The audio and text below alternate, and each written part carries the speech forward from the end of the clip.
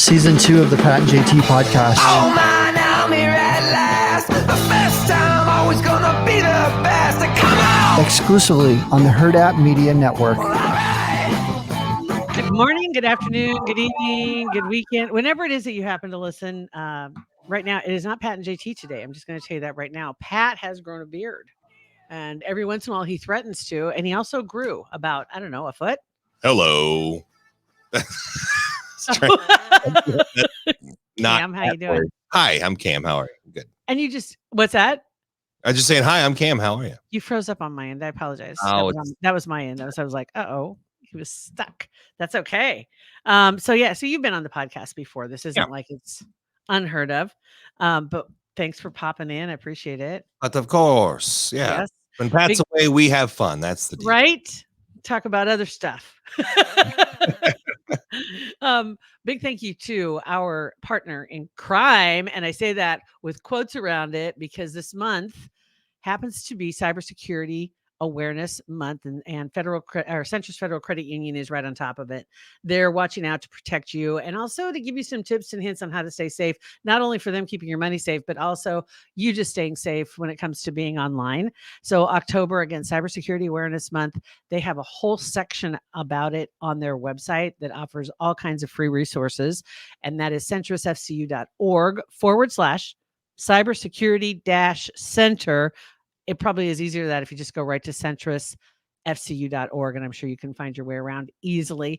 Federally insured, NCUA, or of course, if you ever have any questions or you're wanting to look into a new account, pop in and see them at one of their brick and mortars. They're pretty cool people. I love those guys at Centris, man. Yeah, we produce a podcast for them here, and those guys are just a hoot every single time. They are, and that's the fun part is they have their actual people that are working in the bank coming into a podcast. So these are people that you could actually run into on the daily. Yeah, Liz and Chantel, they're local celebrities now. They're into it, so it's cool. Yeah, I love them.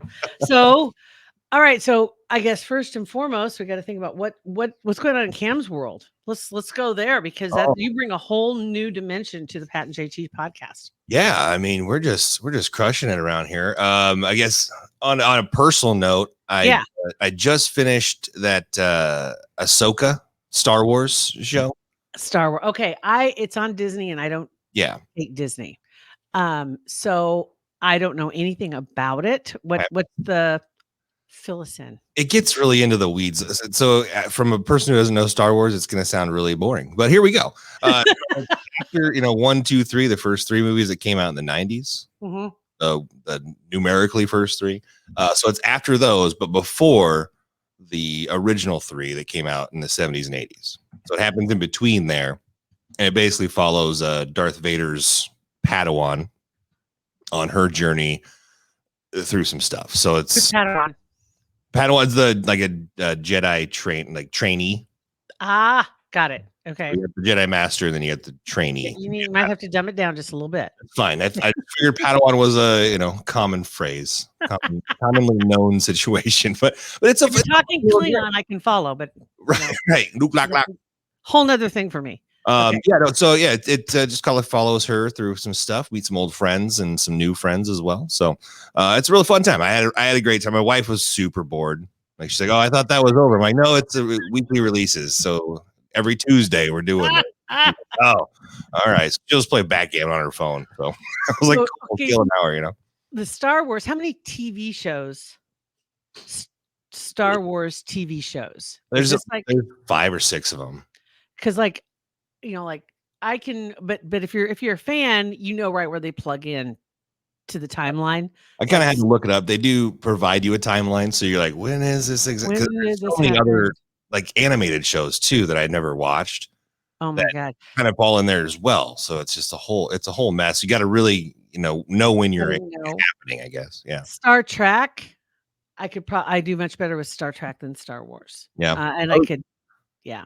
I was big into the Next Generation and original Star Wars or Star Trek was pretty good too. All the TV shows. Yeah. All that good stuff. And now, and I have to give credit to Taylor Sheridan for Yellowstone because he made it a little bit easier because you've got your regular TV series and then now he names them all by year. Right. I was going to say, I really appreciate that. Know when that happened. Yeah. So I know where they plug in instead of having to try to guess, is that character the dad or the great grandpa, or is that his son, or is that so I do appreciate it. At first it seemed pretty simple-minded to just name them with years, and now I get it. Have you been watching them live on TV now that there's no content, so they've been streaming them live there? They started over on NBC, so they have 2 hours every Sunday. Also, so people can start from the very, very beginning. And I watched that very, very first episode again because I haven't watched it since it first came out. Which to me, that is one of the funnest things about streaming now and being able to get access to older episodes of older TV shows, especially like shows you're familiar with, but you may not have seen the first episodes. Like it's like everybody knows some of the most popular shows that were out, even in the 70s or 80s. You're familiar with the names, but to go back to those first episodes and watch it, and you're just like, okay, this changes the way I look. Even newer shows like CSI. I love CSI. It came out early 2000s. Go back to the very first episode and watch it, and it changed. It just kind of changes your perspective of all the characters and see who's there and who wasn't. With old Gil Grissom. Oh, I love that show. Gil Grissom's awesome. The original CSI is just CSI. I'm glad they brought it back and just and brought back some of the main cast too. That was kind of cool. Yes. So yeah. So that's always kind of cool to be able to go back and watch some of those. So being able to watch like even Yellowstone, even though it's just been a few years since it first came out, I kind of forgot what all went down in that first episode. It was violent. Well, it's hit the ground. I haven't watched it. I've never once set eyes on a Yellowstone product. Oh, I know. I even have Yellowstone coffee pods for my Keurig. So yeah, it's not my thing. It's no hating. I'm just saying I've never done coffee, dude. But they hit the ground running with the bloodbath, huh? It sets the scene. It sets the tone. No doubt about it. Where you're sitting. It's maybe then that might pull me in. I didn't know. I thought it was more boring rancher stuff. No, it's not. It's not. It's definitely twisted right from the very beginning. And you're like, okay, we have drawn the line in the sand. We know who the good guys are, who the bad guys are, and we can see now where this is heading. And then it takes them how many years? 5 seasons total, but how many years that takes to get all 5 seasons? We're still waiting for part 2 of season 5, I think, to come out. So, well, then I might have something to do on Sundays now besides watch football. But Taylor Swift is on. Oh, I love the Taylor Swift show. Now it's Sunday football, Taylor's version. Yeah. I think this week it'll be Thursday. This will be Thursday's version because the Chiefs are playing this Thursday, I believe. Did they play Sunday night? They did. So this is a short week for them. Yeah. But then I think week 5 or 7 they have a bye. So they're kind of building up to that week off. Well, they'll probably break up that week. Probably. And then we'll have a hit song by week 8. I'm not kidding. It's funny watching I guess some of the boards and conversations. Like you'll see somebody repost something from one of the conversations from the Chiefs fans, and they're up to their eyeballs with it. They're like, "Would you just stop and keep it on the football game and quit showing her? And if I see red lipstick again, I'm going to lose my mind." Well, my thing, I mean, I'm a Chiefs fan, so I'm the guy, right? Right. I love me some Travis Kelce. So proud of him. Go get it, bro. But also, yeah, they pan over to Taylor in the booth, and it's like Ryan Reynolds and Blake Lively are there too. Like that's her best friend. Star power. Yeah. Yeah. But they're only focused. Hugh Jackman was there. Yeah, there's a lot of people in that booth. They're like, let's go to Taylor Cam real quick. Ryan Reynolds' best friend, right? So it's like, yeah. You see Blake and Taylor skipping into the stadium holding hands. And it's like, what the fuck is going on? And they never mentioned her name. There's like, oh, there's Taylor Swift and her legions of fans in the booth. Like, what? Oh, they posted, and I was talking to Pat about this a little bit, but I've seen more of it since. But the Swifties, if you follow their accounts or happen to pop onto them, they've been posting primers so that everybody understands. Oh, this is how to watch football. Okay. So you get 4 tries. And if you don't make it to 10 yards, sound real like Padawan style over here. Then you have to give it to the other team. Then they get 4 tries. And then if they don't get it, then they give it back to you. Then, and I'm reading this and everybody's like, oh, we're doomed. Football's doomed. Well, they did at the beginning of the game too, where the announcers broke it down for Swifties that were tuning into the game. We don't need that. But I do like the portmanteau of Swelty. It sounds like a disease, but it's also kind of cool. I don't know what it is. Like, get your Swelty on. That's interesting. Oh my God, that's funny. So, all right. So, Oh yeah, in we covered other- that. You have to talk about that. Now we can move on. now we can move on. But it kind of does. It's weird how the entertainment world kind of crosses streams every once in a while with reality. Yeah. It's that fuzzy line that's in the sand. And we've kind of seen that too with some of the podcasts that we work with at Hurrdat Media. Mhm. And we've got some really cool podcasts, but now we're like, crossing trails with some people that we've only seen on TV or we've only seen in concert or whatever the case may be, and being able to see them and realize that they are so salt of the earth. Yeah. Regular people. I don't know if that's a good thing or not, though, Yeah. because it's like you don't want to blow off the fairy dust around these people, because that's part of part of the magic is being able to see them. But sometimes it's kind of fun to see what goes on behind the scenes. Especially Hollywood Raw is a really good one for that. They're all behind this. That's their whole jive is what happened behind the scenes. Because they're not stars themselves, although they kind of are. Yeah, I mean, Dax, he was on TV quite a bit when he was on TMZ. Yeah, they kind of are. And so it's really cool to see they have these relationships going on with people that otherwise we don't know anything about. And I know you were talking about they've got a new episode. Did it just come out today? Just dropped. It's premiering. Well, as we speak right now, it's premiering on the YouTubes. But yeah, it's available on Spotify and Apple as well, audio version. Cool. What are they doing? They got the boys on from our new show, Name Drop, with Chris Kirkpatrick and Brian McFadden, Omaha's own. So they'll have all four of them on the show, chit chatting. And it's a pretty funny episode. They get into the weeds a little bit. It's just funny to see Chris Kirkpatrick. I grew up in that boy band era. Like I was 14 in 2000, right? So that was I got MTV that year. So I'm like, ooh, MTV all the time. So I was just watching that. It's funny to see him now in this, now he's approaching 50, I think. So he's a dad. He's got these things going on. So hearing him talk about stuff in a different light is really interesting to me. But he's also still a jokester. He's a funny guy. He's very dry with his humor. So just kind of getting to know him, I guess, has been pretty fun. And Brian himself, he's just a wild card. He has watched this show or known this show for a long time and known Brian. But yeah, he's a goofy dude. So that's awesome. Well, they're a great pair together too. They make a good co-host situation for sure. Cool. All right. So yeah, be sure and check that one out. And I think there was another one too. Chris Hansen is another one. If you haven't checked out, he has the To Catch a Predator series, and now he has podcast Predators I've Caught, and doing really well. And if you like the Chris Hansen style, you can't either like it or you love it, or you're just not interested in. And I like his delivery style. I like how he talks about things. He's very detailed. And it's just fascinating how they keep doing, how that same simple, stupid formula keeps working on these idiots, these dirtbag scum idiots that are out there preying on children, which when it first came out, it's really weird how it wasn't more controversial, because you think about it, because I think for a lot of people, it was the first time they ever even knew there was this thing going on, because online was so new. And people didn't realize how letting your kids online was so dangerous. And before that, there was no way for them to reach the kids unless it was the white van in the neighborhood with the candy sign in the window, right?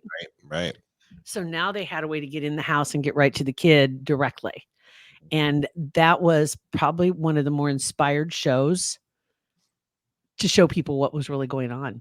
Yeah, it was a big hit too. And I loved, my favorite part was that there was two reactions when they were caught. The Chris Hansen walks in the room, it's either they run out or they go, yeah, well, okay. Predator, you guys all know. It was one of the two. Those are the only two reactions there's in between. And Chris's response always, have a seat. Yeah. What's in the bag? All right, Funyuns, cool. And what's in the bag? And then the two, because you mentioned, what was your description of what was in the bag? Funyuns and condoms. Right. And then mine was usually something that was the lightest version of, it's not White Claw, but it'd be something lighter than that. It'd probably be almost Boone's Farm, but somewhere in between the two, and a teddy bear. A good old wine cooler. Yeah. There you go. Old school wine cooler. It was some little four pack of wine coolers. Yeah. I was just grandpa wine cooler.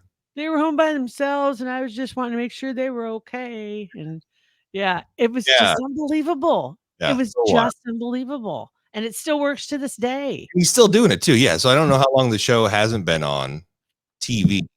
Since the internet. Yeah. So then boom, he's still like, I think the other day he had a meeting with Pat, and he was a little bit late to the meeting, but he texted ahead. He said, "Hey, sorry, I'm about to do a sting. I'll get on with you guys in a minute." So Chris Hansen, in the midst of doing a sting, is still worried about going to a meeting about his show, which I think is hilarious from his standpoint. You know, like, I think at this point it's probably such second nature because it's pretty down pat. So formulaic at this point. Yeah. That he knows where he has to step in, but he can also compartmentalize and know, okay, then I've got to go do this. And then I got a dentist appointment. And then I got or something. Whatever crazy. It is. Yeah, Crazy. It's just a part of his day. It's 10 minutes out of his day or whatever it is, you know. That's hilarious. I was going to throw out there too, real quick, before I know episodes go by so fast. Did you hear about they're having the huge, what do they call it? The emergency alert test for today nationwide? Oh yeah. Just a little bit. I don't know. Just a little bit. So it's everywhere. It's like some say 122 Central. Okay. 118 Central, 120 Central, whatever. So after 115 sometime, just so people know. But there was an interesting sidebar to that I wanted to bring up because I know a lot of people already knew it was happening, but it's nationwide. And so it's going to be on everybody's phone and their TVs and the radio. Two things I was thinking about. I'm wondering, and that spawned this conversation with somebody about radio. How many kids listen to radio anymore? You know what I mean? That many. Right. And I'm thinking, wow, all of a sudden you see there's a whole audience that's just like dropped off, but it's cutting the cord is what it comes down to, which a lot of adults did, like you watching Disney, me watching Paramount and Netflix, which by the way, Netflix, now that the writer's strike is over, Netflix just announced their prices are going up. Oh, good.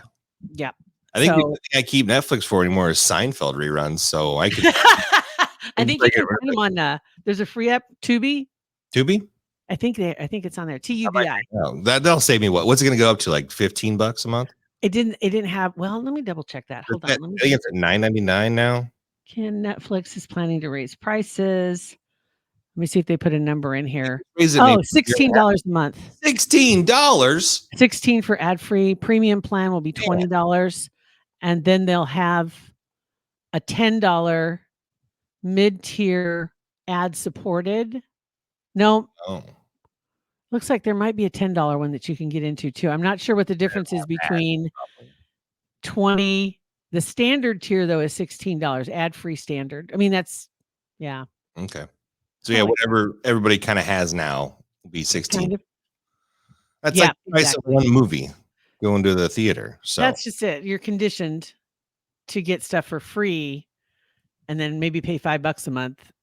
And now it's 16. It's like, well, all the other apps are like 5, 6, 7. I think 7 is probably a top of most of them. But yeah, now Netflix thinks they're the king, and well, really, they're the name in streaming. So I'll give it to them.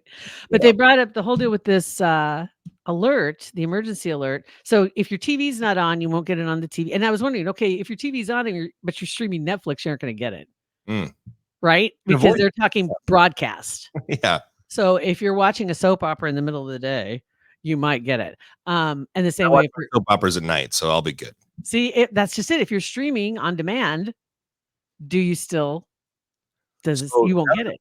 Yeah. So I watch Bold and the Beautiful every day with my not live. Not live because I'm at work. But we watch it on Paramount afterwards. We'll eat dinner and watch Bold and Beautiful, which is a fun show. If you haven't watched it in 20 years, it takes about 5 seconds to get caught up. Right? It's so repetitive and ridiculous, but it's the ridiculous part's what keeps us there. But it was preempted by something, whether it be a breaking news situation or whatever, maybe a week or two ago, full episode. So they did, that wasn't a part of the whole thing. So they just dropped that digital episode. So, which is cool. Very good. Very good. Preemptive for the EAS. Yeah. So I think, if your phone is the big thing. And if you know you're going to be somewhere that you don't want to go, if you're on a call, it won't interrupt you. Okay. That's something else they said. If you're on a call at that time, it won't all of a sudden blast in your ear. And some people were saying, but if you turn your phones off and you turn your phones on later, it'll still give the message. And nope, that's not. FEMA says that won't happen. Okay. FEMA says. So I'm just going to tell you. Trust it. But the concern is people there are two sides to this coin. If you have a burner phone, okay, the first thing you think if you have a burner phone is you're probably cheating on somebody, or you have a side hustle that you're a drug dealer or something. Yeah. Right. So you got to make sure. Yeah. Okay. Just so you know, but there's another side to that. That's a more serious one is victims of domestic abuse are given burner phones for emergencies. So that they have a phone that they can take with them in case they're in a situation where their phone's taken from them and they don't have a way to contact somebody. So you just want to make sure the phone's turned off at 1:15-ish, from 1 to 2, maybe less. So, because then otherwise the alert will go off no matter where the phone is. As long as the phone is powered on, the alert goes off. Right. Okay. So if it's a hidden phone, you want to keep it hidden, turn it off for that hour. Just so you know. Good idea. There you go. So that's what's happening. That's our PSA about the right. Yes. So that's how we get to keep doing this. We have to throw in some tidbits of good information that's real and true. And we're just spouting. It's like, no, here's some real stuff, and not just Star Wars and yeah, Hollywood crap and all that good stuff. Yeah. So anyway, we're gonna do this again tomorrow. Yep. And then Facebook Live. Oh, and by the way, a couple other things of note. Yeah. Thursday as we speak. So October 5th as we speak. That's when the next live event is. And of course, Cam's out there with us at Hurrdat Sports Bar and Andy Myers. And we're going to play a game, but it's not going to be the typical game. It's not going to be Who's Your Dumb Friend. Oh. We have a couple other games because it is October. So we're going to be playing kind of like a paranormal bingo. And I was just right. And I was talking to Andy yesterday about this. And I was like, I got an idea. And he's like, oh, I got an idea. And I'm like, oh, that's a great idea. So he's putting together some things. And then I'm putting together some audio video, I guess really, what do you want to call it? Added materials that'll go along with it. And we are going to play a couple, 3 different games, but have some fun with that. So it'll be something different, but tickets are going at a pretty brisk pace. They're free. So if you want to come out, it's from 4 to 5:30-ish right there, because at 6:00, then we have the run. Which is Johnny Rogers. Yeah. And our boy Tommy Fraser, yeah. And hopefully Eric Crouch one of these days. He gets to pop in and join the Heisman crew. Yeah. So kind of a nice little mixed bag if you want a little bit of everything, a little paranormal, Andy Myers, Pat and JT, along with some football and some Heisman Trophy winners. Yeah. Well, that's what you call a buffet. Johnny will not be there tomorrow. He's out, but they will have another guest. I'm sure this might be the time. It's a surprise guest. We'll have to find out with everybody else. But Tommy will be there along with host Anna Bellinghausen and whoever their surprise guest is, which I'm excited to find out. Good deal. That'll be fun. So yeah, get online. It's at hurrdatsportsbar.com and then go to the events page and you'll see both of those events. And if you want to attend both, they just ask that you just register for them. You aren't going to be held anything. There's no penalty if you don't come out, but we just want to know kind of a round number of how many chairs we have to have pulled together, tables that we need, how much dip we need to set out, food. Yes, exactly. Because we usually do the trio dips and all that good stuff. So plan on that. And then Friday morning we'll have Facebook Live as well. Yeah. I'm in it for the rest of the week, you guys. You're stuck. Isn't the Husker game on Friday night? Husker game is Friday night. Yeah. 6:00 on Friday night. So, yeah. If you're into the football, I mean, we do, Schmitty and Herbal will be out there doing their show from 4 to 6 live on the stage, the Hail Varsity Radio. And then right afterwards, we got the game, and I'll be hyping up the crowd, giving out gifts and stuff while we're there. So, all right. It's everything's getting crazy. We just got so much going on nowadays. Whole thing. It's a whole thing. So we'll catch you in the next episode. And between then and there, don't let the EAS test scare you. Your pocket.